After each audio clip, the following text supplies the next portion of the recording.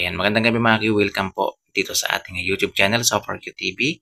Ayan, update lang mga Q dito po sa labas ng Pulong-Mulok Gymnasium mga Q. Ayan po, sobrang daming tao po dito mga Q sa concert venue po ng Elias JTP Band. Hindi pa sila nakapasok mga Q. Siguro po yung iba mga Q, wala pong ticket. Kawawa naman mga Q.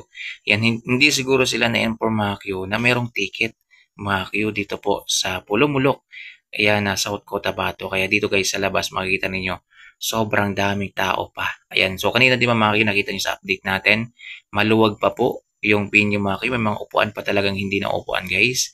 So ito pag pumasok to lahat, itong nasa labas na to mga kayo, ayan o. Kasi ang dami pa nila dito guys. Pag pumasok na po yan mga kayo, punuan na po talaga yung venue dito po sa Pulong-Mulok. Sana po makapasok po sila mga Q para naman makapanood po sila ng concert ni Elias TV mga Q. Kasi bibihira lang naman kung makapunta sa lugar nila si Elias TV. Sana po makapasok po sila. Kahit wala sanang ticket, papasukin na lang. Yan, libre na lang yan. Para makapanood lang talaga ng concert ni Elias TV. So dito siguro sila kukuha ng ticket mga Q. Ayan o, yan.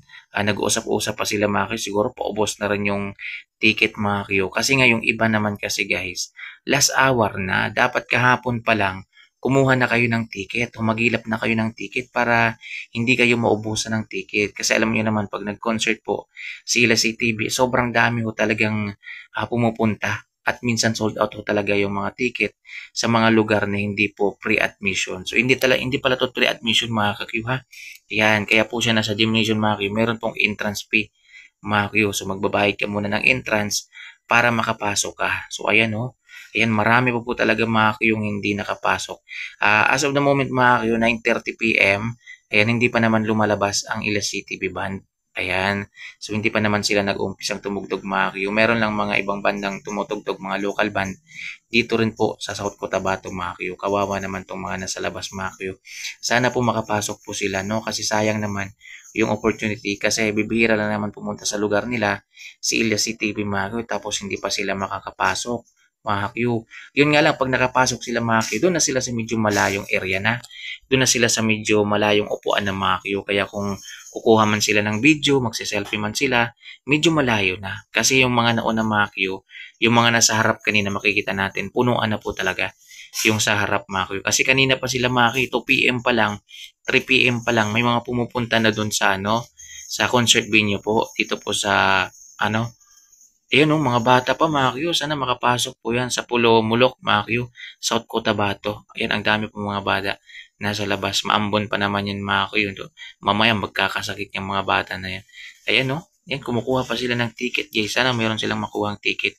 So yun lang muna mga Q yung update ko po sa inyo. Ayan, dito po sa labas ng Pulong-Mulok. Ayan, ng South Cotabato mga Q, kung saan ito po yung concert venue po ng Elias CTV Band mga Q.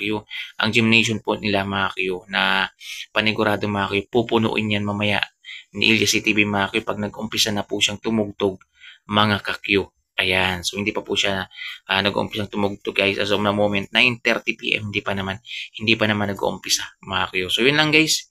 Ayan, maraming salamat po. Abang-abang kayo mga ka-Q sa update natin dito. Ayan, pinakita ko lang mga Q dito po sa labas kung gaano pa po karami yung tao.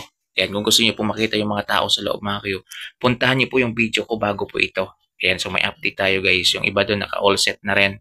Ayan, naka-settings na mga Q. Ayan, komportable na sa kanilang mga upuan guys. Ayan, at syempre, humahanda na lang sila sa paglabas ng Elias TV Band mga Q. So hinihintay na lang nila yung pagtugtog ng banda ni Elias mga Q. Ayan, yung iba wala nang alisan guys. Kasi pag umalis pa kayo sa pisto ninyo, wala na talaga. Yan, maagawan po kayo mga Q ng mga tao na to na sobrang dami pang hindi nakapasok dito po sa labas. Pero hangad natin mga Q na sana po makapasok po sila. Kung wala man silang ticket guys, sana ilibre na lang. Yan, kung kasya naman doon sa loob, ilibre na lang, no? Yan, libre na lang sa kanila, mga Q, kasi kawawa naman. O baka nasa malayong lugar pa yan ang galing, mga Q, tapos walang mabiling ticket dito sa venue, mga Q.